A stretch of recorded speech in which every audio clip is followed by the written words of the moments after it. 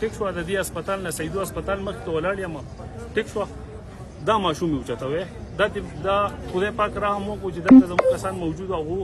دغه په سیکورټي کمره چې وه بالکل خالي ده ټیک شو سیکورټي والا نه وو مونږ اخوا تللي وو بل څه مسله وه پای کې دا ماشوم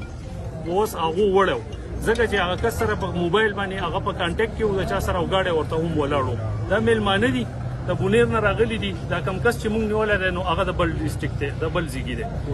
د کوهستان دی ټیک شو هغه کس چې دی نو هغه مونږ د سیدو تاڼې ته په حواله کړی دی او هلته کې دی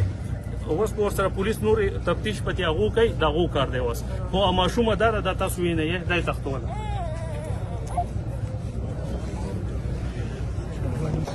دا د هسپتال د سیکورټي حل دی